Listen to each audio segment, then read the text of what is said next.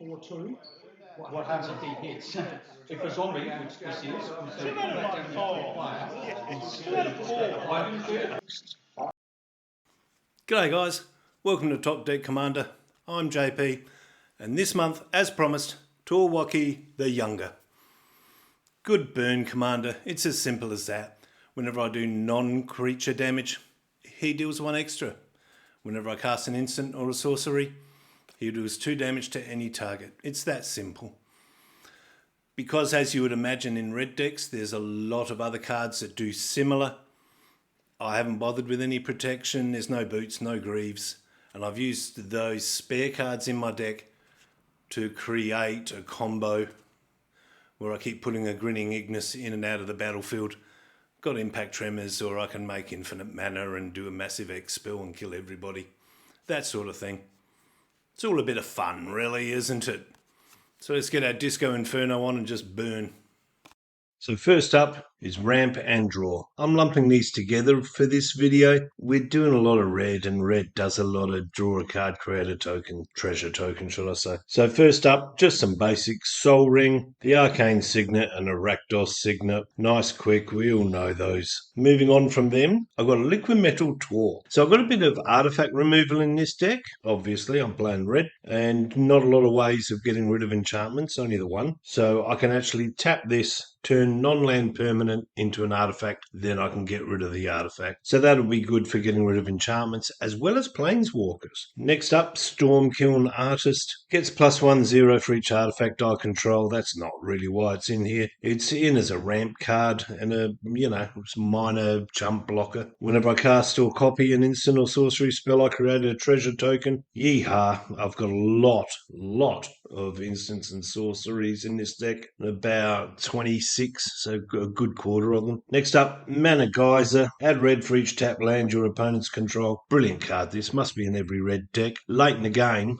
you're tapping for like 18 mana, mate. It's huge. Gets your commander back out the zone, life's all good. And we also got a Primal Amulet in there. So this is a 4 mana to cast, but it's certainly worth it. All instant and sorcery spells I cast are 1 less to cast, and when I've cast 4 of them, I can transform it, turn it into a land which taps for a mana of any colour, and when I tap that to cast an instant or sorcery, I can copy it. So great early game, get some spells out a bit cheaper. Later game, when you got your big bomb, your game winner, use this one, turn it over, tap it, use this, double up that game winner, and cause some serious carnage. So, pop quiz. Can everybody say same dog, different leg? Pirates Pillage, big score, unexpected windfall, all 4 mana to cast, all discard another card, all draw 2 cards, and all create 2 treasure tokens. Nice, easy, quick, cheap. Effective cost on these is therefore 2. That's not too bad at all. And the next 3 aren't too bad either. Jaya Ballard. 5 to cast, 3 of it is red, but this deck is predominantly red. Shouldn't be a problem. Upticker, get 3 red mana, use it to cast instant or sorcery spells. Another uptick is discard up to 3 cards, draw that many. So that's great. That's both, isn't it? Once again, mana and to card draw. And -8, get an emblem with I may cast instant and sorceries from the graveyard. This deck does rely heavily on getting things out the graveyard, get full value out of my cards. That's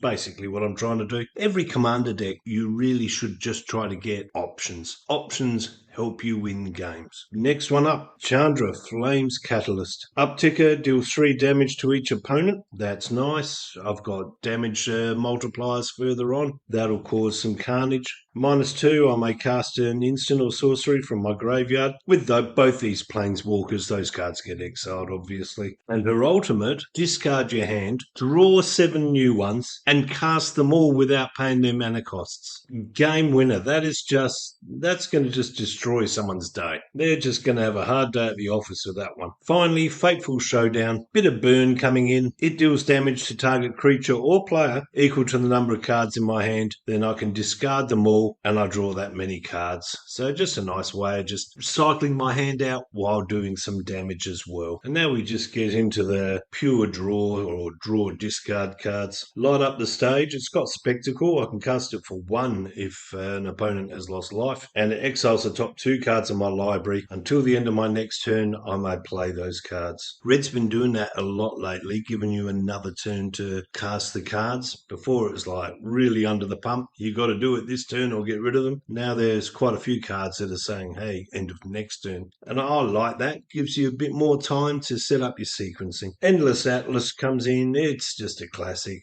End of the day, all this draw, discard. As soon as you cast one, you're going to be down a card. You're not really refilling your hand. So that's what Endless Atlas is about. Volatile Wanderglyph. Yeah, probably the most iffy card in the deck. Whenever it becomes tapped, I may discard a card. If I do, draw a card. Following on from that, we got Sir Kara the Bold. So whenever it or an instant or sorcery deals damage to a player, I can exile the top card of my library, and I may play that card this turn. And Sir Kara also taps to do 1 damage to any target. So self-creates that, but also, hey, bit of a pinger, kills other creatures or, small blockers. It'll work. One of my favourite red cards is up next, Tectonic Giant. Whenever it attacks or becomes the target of a spell an opponent controls, I can choose one. I can either deal 3 damage to each opponent. How's that for a spite play? Or I can exile the top 2 cards in my library. I choose one of them, and until the end of my next turn, I might play that. So once again, that's just a, hey, you can cast this in before the end of your next turn when you got some mana to do so. Awesome little card, that one,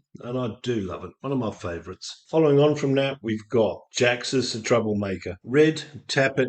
I discard a card and I create a token that's a copy of another target creature. As usual with red, it gets haste. And it also has, when this creature dies, draw a card. And I've got to sack it at the end of the next turn anyway. So I can make copies of any non-legendary creature in the deck. And the one I really want to make copies of is this next one, which is Magus of the Wheel. I could make copies of Magus of the Wheel, pay the 2, tap the copy, sack it, draw 7 cards. I can constantly be cycling my deck through. Everybody will just be going, oh yeah, discard, draw 7. That's all good. Jaxus also has some action later on in the cheese section with a combo. While I'm here, I'm also going to touch on some of the more important lands. Bojuka Bog, get rid of their graveyards. Rakdos Carnarium, put the Bojuka Bog back in my hand to use again. Demolition Field, just for getting rid of any of their nasty lands. Detection Tower, that's an important one in this deck. 1, tap it, and opponents and creatures with A control lose hexproof. Shivan Gorge, for 3 and tap, I can deal 1 damage to each opponent. It's better than nothing, right? Next one is Dual Face, Dual Mode. Spikefield Hazard and a Spikefield land. Land comes in tap, but the hazard does 1 damage to any target. And if a permanent is still damaged this way, exile it. It's once again, it's that flexibility, the options every turn to do something. I can play as a land, I can ping something. Baron Moor, Forgotten Cave, they're both in there just for their cycling. Once again, discard this, draw a card, just making my lands work. Restless Events, picked this up only the other day actually. For 1 and Rakdos, until end of turn, it becomes a 2/3 black and red insect creature with menace, still a land. And whenever it attacks, I may discard a card, and if I do, I draw a card. Once again, a little bit more cycling, just making those lands do a little bit more. It all helps, those 1%ers. Now we got ramp and draw done. Let's just go into the CMC of this deck. Now it's a total CMC of 201, average of 3.14. Now I want to focus on that word average because I did find it hard when I first started playing Magic, the average CMC thing. You go to some websites and they'll give you an average CMC for the 100 cards you got. Now if you got 100 cards that are all 3 mana, woohoo, you haven't got any lands. This is the trouble with the word average. The big trouble with the word average is effectively you could drown in a river that's 3 inches deep on average. It's an expression I've used a lot when talking about averages. Likewise, you could have 50 lands, 50 cards that are 6 mana to cast, and your average CMC is 3. But you're still not going to cast anything until turn 6. So, okay then, so dividing by the 100 cards isn't really great. Let's just divide by the cards we're going to use. That's all right, isn't it? Not really. Because, and I know I'm going to get absurd here, but if you had 80 cards that are mana value 3, your average CMC is going to be 3. And you can go, oh, that's all right. Until you realise you only got 20 lands in your deck and you're not drawing anything. You're not casting anything. So what I do is to stabilise all that, I always have 36 lands in my deck, except for one which is a lands matter deck. 36 in my deck, always. The other 64 cards are my commander and win con cards. And what that means is when I work out my CMC, I've got an idea of where I'm at based on previous experience, previous games. Like my Tiamat deck goes 4.5, it was about 5-1.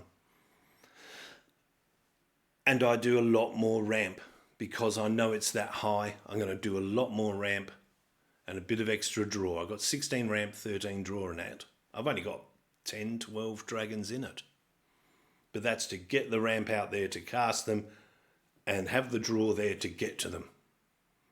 Likewise, I've got a white deck that's average of about 2-1, I think. I don't have as much ramp, but I've got a lot more draw because I know I'm going to be emptying my hand fast. So for me, just having that stability of the same number of lands every time has allowed me, through experience of playing, to judge how much extra ramp and draw I need. And like I said in my very first video, if you're ever in doubt, just put extra ramp and draw. Never hurts. Right, with that done, I hope you've had a chance to have a look at these. As you can see, the mana curve is beautiful. Only about a third of the deck is creatures, the rest are spells, a few enchantments and artifacts. And with that, we're going to just get back to the all hell. Well, that's the boring bits over with. Let's get into the meat of this video. Let's cause some damage. Tectonic Hazard, End of Festivities, deals damage to creatures and opponents. Just one, but there's buff later. After those two, there's Smash to Dust, destroys artifacts, creatures with Defender, on the off chance, I guess. More importantly, 1 damage to each creature. Blazing Volley, deals 1 damage to each creature my opponents control. Electricity. I can overload it, and guess what? Do 1 damage to each creature my opponents control. Those, plus all the damage multipliers, will be more than enough. And if they're not, I've got Delayed Blast Fireball. I can foretell it, and when I do, it does 5 damage to each opponent and each creature they control. There you go. Bye-bye to your board. If that doesn't work, Mizium Mortars. I can overload this, do 4 damage to each creature I don't control. We're seeing a theme here. Fear fire foes. Fee fi fo fum. Damage can't be prevented this turn. That's awesome. It deals X damage to target creature and 1 damage to each other creature with the same controller. Finally, of course, Grape Shot. It's got Storm. Deals 1 damage to any target. I can storm that puppy out and cause some serious damage all over the shop. Moving now into kind of the backup commanders. These guys all do damage when I cast instant sorceries on non-creatures. We're just going to bash through them 3 at a time, I think. Firebrand Archer, Electrostatic Field. Whenever I cast an instant or sorcery, deals 1. Gutter Snipe, there's a classic. Kessig Flame Breather, same thing, same as the others. Erebor Flame Smith, once again, 1 damage to each opponent whenever I cast, blah blah blah. Thermo Alchemist, can tap, deal 1 damage to each opponent, and whenever I cast an instant or sorcery, I untap it. And finally, Brash Taunter. Now I'm liking this creature. Whenever it's dealt damage, it deals that much damage to target opponent. So there we go. It's a blocker. You want to send that, 12-12 Golter at me? Oh, I'll block with Brash Taunter. Sure, the damage will go over the top. I'll ping 12 of it back at you, mate. I can pay 3, tap it, and fight another creature. One game I had, a guy was really locked up. He had like a propaganda, a ghostly prison, and all sorts of control-y, horrible stuff like that. So the other guy in the game just kept attacking me with his big card. I kept blocking with the Brash Taunt, and I kept pinging Mr. I'm hiding behind my ghostly prison, kept pinging him for damage. Knocked him out the game in the end. Teach you a lesson. Problem solved. Brash Taunt will come in handy later. I've got a Blasphemous Act, so I could actually wipe the board, do 13 damage to the Taunter, and reallocate that to someone else. Couple of spare commanders here. Mechanized Warfare basically does exactly what Tor Wauki does. Whenever you do damage to a permanent or an opponent, it deals that much +1. Likewise, Tor Brand Thane of Redfell does the same thing. Just increases it a little bit. So those 1 damage to each creature now become 2 or 3 damage to each creature. And then in come Solfim, Mayhem Dominus, and Angrath's Marauders. They'll now double that damage on top. So all of a sudden that 1, 2, or 3 damage becomes 2, 4, or 6 damage. It just gets bigger and bigger. Little bit of fun here. This is an awesome card in this deck. Pestilent Spirit. It's got Menace, Death Touch. Instant and sorcery spells I control have Death Touch. So now you're seeing all those end the festivities type cards. Just deal 1 damage to each creature they got. Well, that's the end of them. Now, to get extra value out of that, I've got Tor Wauki, God of Fury. So whenever a creature or planeswalker an opponent controls is dealt excess non-combat damage, it can deal that excess to any target other than that permanent. So firstly, let's say I'm just doing that in the festivities. I'm doing 1 damage to every creature, and Torbran's out, so it's actually 3 damage. The Death Touch means it's 1, kills the creature, and the extra 2 gets allocated. Obviously, it's hitting all creatures opponents control, so I'll be hitting them in the face with it because of Tor Wauki. Remember that Blasphemous Act I've been talking about, which I will get to. Bang, 13 damage to each creature, and then I can reallocate whatever I like to anybody else's face. If the Pestilent Spirit is out and there's 10 creatures on the board, it's 120 damage I'm allocating elsewhere. Fantastic card. And just as fantastic, Chandra's Incinerator. This can get in real cheap, real quick. Has trample as well. 6/6, it's all good. But whenever a source I control deals non-combat damage to an opponent, Chandra's Incinerator deals that much damage to target creature or planeswalker that opponent controls. So all of a sudden, I can just hit someone in the face with an X spell for 5 damage, and I can allocate that to their creatures. Boom. Effectively, it's the exact opposite of Tor Wauki, but brilliant card. Brilliant card in this deck. So now let's go to interaction proper. These are the cards that are in there that are just there to eliminate their cards and keep me in the game. You Are Already Dead and Mirrodin Avenged. Bang. Once again, these are just to build on those poppers that just do the 1 damage. Then I play these, get rid of theirs, and they replace themselves with some card draw. Couldn't say no. Deflecting Swat. This is about the only card I've got that protects my commander. Everything else is very aggressive in this deck. It's,